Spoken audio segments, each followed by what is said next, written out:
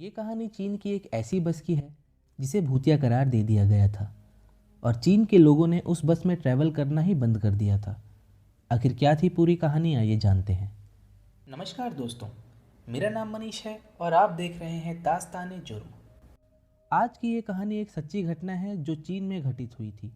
Yuan Ming yuan bus terminus से 14 नवंबर 1995 की रात एक बस निकलती है जिसे शियांग शैन तक का सफ़र तय करना था, जो कि फ्रेग्रेंट हिल्स के नाम से जाना जाता है। ये जगह चीन में हेडन डिस्ट्रिक्ट में पड़ती है।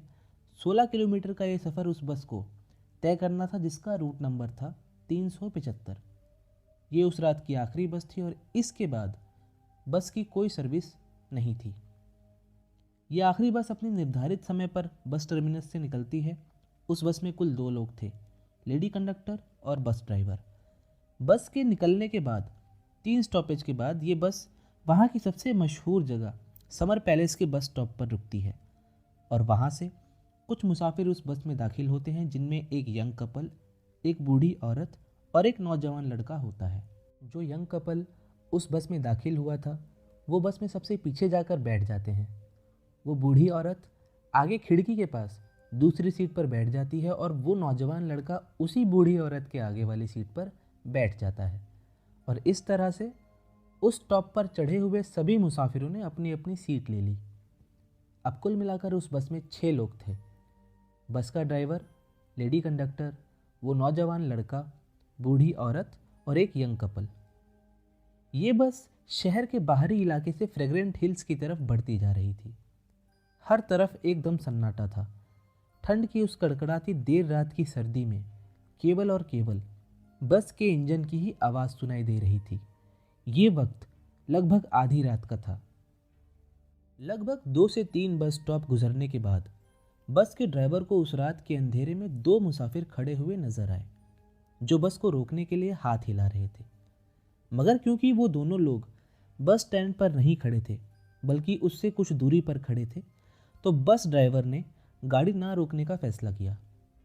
मगर उसे ऐसा करते देख बस की महिला कंडक्टर ने उसे समझाया कि ठंड की इस कपकपाती रात में उन्हें कोई और बस नहीं मिलेगी, क्योंकि ये बस उस रूट की आखिरी बस है।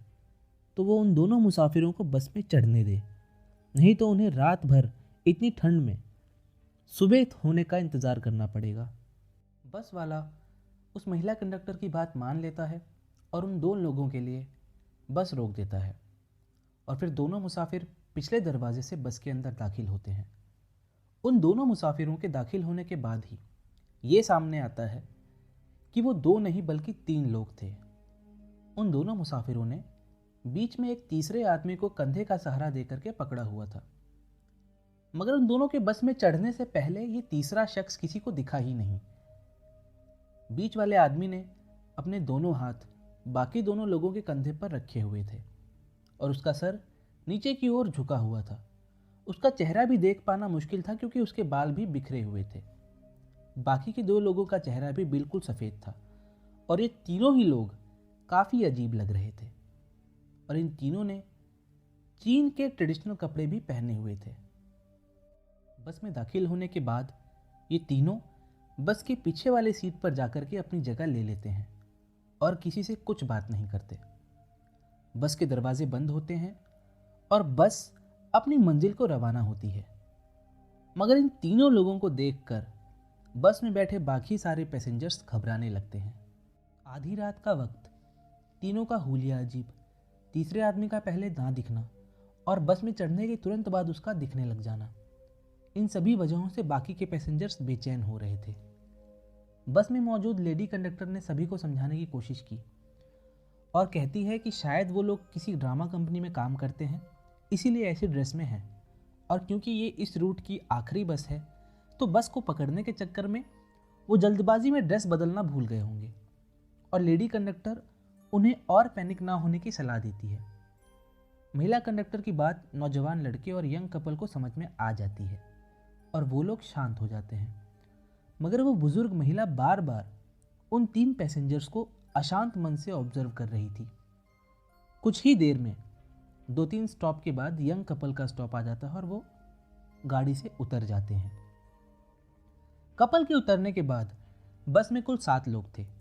बस ड्राइवर, लेडी कंडक्टर, नौजवान लड़का, बुजुर्ग महिला और वो 3 अजीब से दिखने वाले पैसेंजर्स। बस में एक बहुत अजीब सी खामोशी थी। इसी बीच बुजुर्ग महिला बार बार पीछे मुड़कर उन तीनों अजीब मुसाफिरों को देख रही थी। कुछ देर के बाद अचानक से वो बुजुर्ग महिला अपनी सीट से उठती है और उस नौजवान लड़के पर चिल्लाने लगती है और उसके ऊपर अपने पर्स की चोरी का इल्जाम लगाती है। इस बात पर उस लड़के को गुस्सा आ जाता है और दोनों एक दूसरे से बहस करने लगते हैं। इन दोनों का झगड़ा देखकर बस की लेडी कंडक्टर वहां आती है और झगड़े की वजह पूछती है। उसके जवाब में बुजुर्ग महिला बताती है कि उस लड़के ने उसका पर्स चुरा लिया है, मगर वो लड़का अपने बचाव में कहता है कि उसने ऐसी कोई चोरी नहीं की। धीरे धीरे मामला और गंभीर होता है और वो बुजुर्ग महिला गुस्से में उसका कॉलर पकड़ लेती है। लेडी कंडक्टर उस महिला को शांत करने की कोशिश करती है, मगर वो बुजुर्ग महिला किसी की नहीं सुनती और अगले स्टॉप पर दोनों को ही उतारने के लिए कहती है ताकि वो उस नौजवान लड़के को पुलिस के हवाले कर सके। ड्राइवर को भी गुस्सा आता है और अगले स्टॉप पर वो बस को रोककर उस बुजुर्ग महिला और उस लड़के को बस से उतार देता है। बुजुर्ग महिला उस लड़के का हाथ और कॉलर खींच करके उसे बस से नीचे उतार देती है। उसके बाद बस उन दोनों को वहीं छोड़कर रवाना हो जाती है। इसके बाद जब वो लड़का इधर उधर नज़र घुमाता है तो वो पाता है कि आसपास ना ही कोई पुलिस स्टेशन है और ना ही कोई इंसान। हर तरफ खामोशी और अंधेरा है। लड़का गुस्से में उस महिला से कहता है कि तुम्हारे झूठे इल्ज़ाम की वजह से मुझे आखिरी बस से उतरना पड़ा और अब इसके बाद कोई दूसरी बस भी नहीं है और ना ही आसपास में कोई ऐसा है जिससे मदद ली जा सके। अब मैं अपने घर कैसे जाऊंगा और यहाँ तो कोई पुलिस स्टेशन भी नहीं है। बूढ़ी औरत कहती है कि मैंने तुम्हें पुलिस स्टेशन ले जाने के लिए नहीं उतारा है, बल्कि मैंने तो तुम्हारी जान बचाई है। लड़का गुस्से में था, मगर कुछ देर सोचने के बाद वो कहता है कि तुमने मेरी जान कैसे बचाई, मुझे क्या होने वाला था। बुजुर्ग महिला कहती है कि मेरे पास और कोई रास्ता नहीं था, मुझे बस से उतरना था और साथ ही साथ तुम्हें भी उतारना था और इस तरह से उतारना था जिससे किसी को शक ना हो, और इसीलिए मैंने इस तरह का नाटक किया। लड़के को कुछ समझ में नहीं आता है और वो फिर ठीक से सारी बात महिला से बताने को कहता है। महिला बताती है कि जो 3 अजीब से पैसेंजर्स बस में चढ़े थे, तुमने ध्यान दिया था? तो लड़का बताता है कि हाँ, ध्यान दिया था, बहुत अजीब से थे। तो वो कहती है कि जब से वो लोग बस में चढ़े थे तभी से मैं उन तीनों लोगों को लगातार ऑब्जर्व कर रही थी और बीच में एक बार जोरदार हवा का झोंका आया और उनके कपड़े उड़े। इसी बीच मैंने देखा कि उन तीनों मुसाफिरों के पैर गायब थे और मुझे लगता है कि कुछ गड़बड़ है। उस लड़के ने जैसे ही ये बात सुनी वो पसीने से तरबतर हो गया।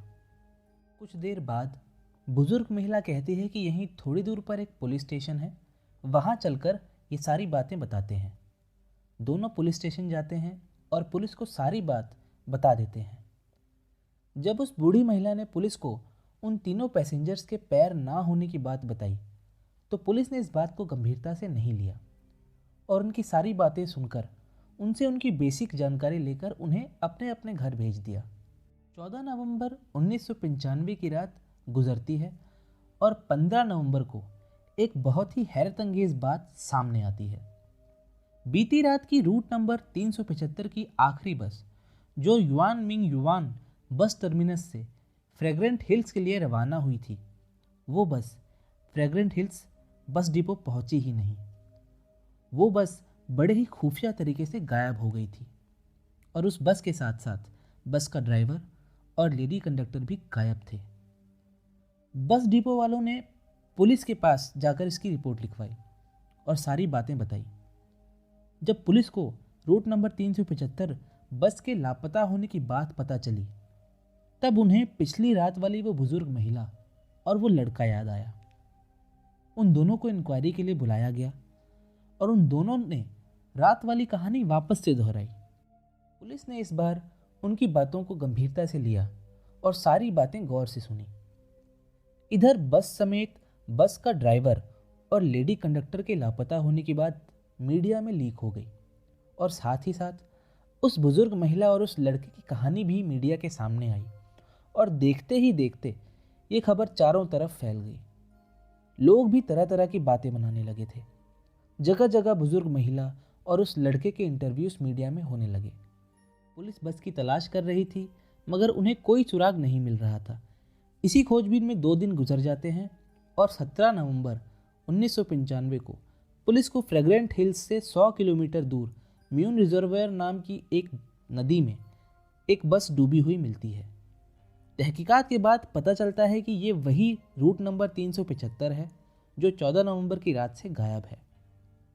बस को उस नदी से बाहर निकाला जाता है और उसकी पूरी तरह से जांच की जाती है। जांच के बाद बस में से 3 लाशें बरामद होती हैं, जिनमें एक लाश ड्राइवर की होती है, एक लेडी कंडक्टर की और एक उस शख्स की जिसे उन दोनों खुफिया और अजीब इंसानों ने बीच में सहारा देकर पकड़ा हुआ था, जिसका सर नीचे की तरफ झुका था और बाल बिखरे हुए थे। जब तीनों लाशों को बस से निकाला गया तो पुलिस के सामने एक और चौंकाने वाली बात आती है, वो ये कि ये तीनों लाशें बहुत ही बुरी तरह से सड़ चुकी थीं और ऐसा लग रहा था कि इनकी मौत काफ़ी समय पहले हो रखी है, मगर ऐसा पॉसिबल नहीं था क्योंकि 2 दिन पहले ही ये लोग गायब हुए थे। फॉरेंसिक डिपार्टमेंट ने बताया कि 2 दिन में बॉडी इतनी डिकम्पोज हो जाए ऐसा पॉसिबल नहीं है। गर्मी अगर ज़्यादा भी हो तब भी बॉडी इस कदर नहीं सड़ सकती और उस वक्त तो फिर भी नवंबर का महीना चल रहा था। ऐसी कपकपाती ठंड पड़ रही थी कि उन दिनों वहाँ का टेम्परेचर कभी कभी माइनस में भी चला जाता है।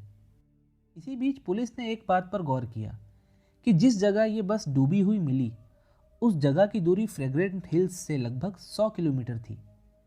जब डिपो वालों को ये बात बताई गई तो डिपो वालों ने कहा कि बस में इतना फ्यूल ही नहीं था कि वो इतनी दूर जा सके।